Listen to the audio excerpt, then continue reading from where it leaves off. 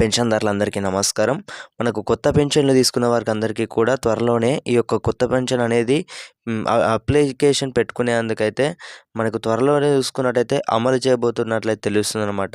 ఇప్పటివరకు పెన్షన్దారులందరూ కూడా ఇప్పటివరకు పెన్షన్ తీసుకునే వారందరూ కూడా 57 సంవత్సరాలు నిండిన ప్రతి ఒక్కరైతే కొత్త పెన్షన్లు అయితే అప్లికేషన్ పెట్టుకునేందుకైతే ప్రభుత్వం అనేది ఈ యొక్క కల్పించేందుకైతే మనం చూసుకున్నట్టయితే ప్రతి ఒక్కరికైతే ఇప్పుడు పెన్షన్దారులందరూ కూడా కొత్త అప్లికేషన్ పెట్టుకునేందుకు కూడా మనకు అతి త్వరలో చూసుకున్నట్టయితే అమలు చేయబోతున్నట్లయితే తెలుస్తుంది.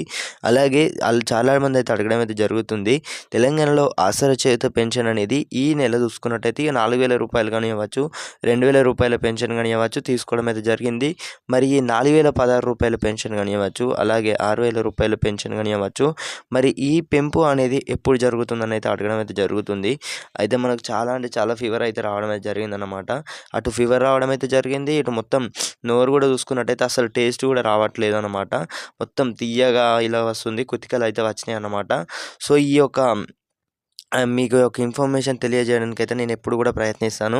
ఈ యొక్క ఆసరా చేయూత పెన్షన్కి సంబంధించి తెలంగాణ రాష్ట్ర వ్యాప్తంగా వికలాంగులు కానివ్వచ్చు, వితంతువులు కానివ్వచ్చు ఈ ఎన్నికలు అయితే వచ్చినాయి అన్నమాట. ఇప్పుడు ఈ యొక్క మనకు ఏవైతే ఇప్పుడు పెంపు చేస్తామనేది తెలంగాణ ప్రభుత్వం హామీ ఇచ్చిన విషయం అందరికీ తెలుసు కదా.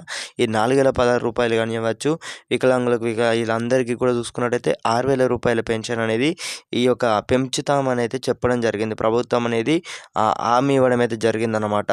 సో ఇప్పుడు మనం చూసుకున్నట్టయితే మరి ఎన్నికల లోపే పెంపు చేయాలన్నట్టే అటు మందకృష్ణ గారు అయితే అటు ఎంఆర్పిఎస్ వారు అయితే చూసుకున్నట్టయితే అటు మరి యొక్క మందకృష్ణ మాదిగ గారు చూసుకున్నట్టయితే డిమాండ్ అయితే చేయడం అయితే జరుగుతుంది.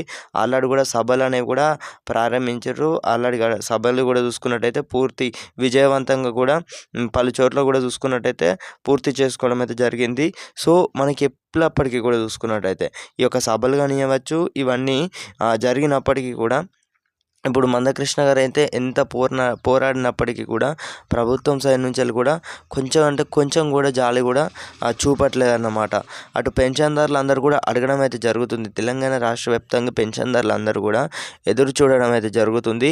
అసలు ఒక పక్క చూసుకున్నట్టయితే కొత్త పెన్షన్దారులు అందరూ కూడా ఈ 57 సంవత్సరాలు నిండిన ప్రతి ఒక్క వారైతే వీళ్ళందరూ కూడా చూసుకున్నట్టయితే కొత్త పెన్షన్ అనేది ఎప్పుడు అప్లికేషన్ అనేది పెడతారు అప్లికేషన్ పెట్టుకునేందుకు ఈ యొక్క అప్లికేషన్ అందరినీ కూడా అందరికీ కూడా 57 సంవత్సరాలు నిన్న ప్రతి ఒక్కరికైతే ఈ యొక్క కొత్త పెన్షన్ లబ్ధిదారులు అందరూ కూడా ఎదురు చూడడం అయితే జరుగుతుంది అప్లికేషన్ పెట్టుకునేందుకైతే. సో ఇదన్నమాట. ఇప్పటికే చూసుకున్నట్టయితే మనకి ఒక రాష్ట్ర ప్రభుత్వం అనేది కూడా ఇప్పటికే ఈ యొక్క సర్పంచ్ ఎన్నికలు కూడా త్వరలోనే ఉండబోతున్నాయి అన్నమాట. సో సర్పంచ్ ఎన్నికలు ఉన్నాయన్నమాట. సర్పంచ్ ఎన్నికలు ఉన్నప్పటికీ కూడా చూసుకున్నట్టయితే మరి ఒక పెన్షన్ అనేది పెంపితే ఎంతో బాగుంటుంది అన్నమాట.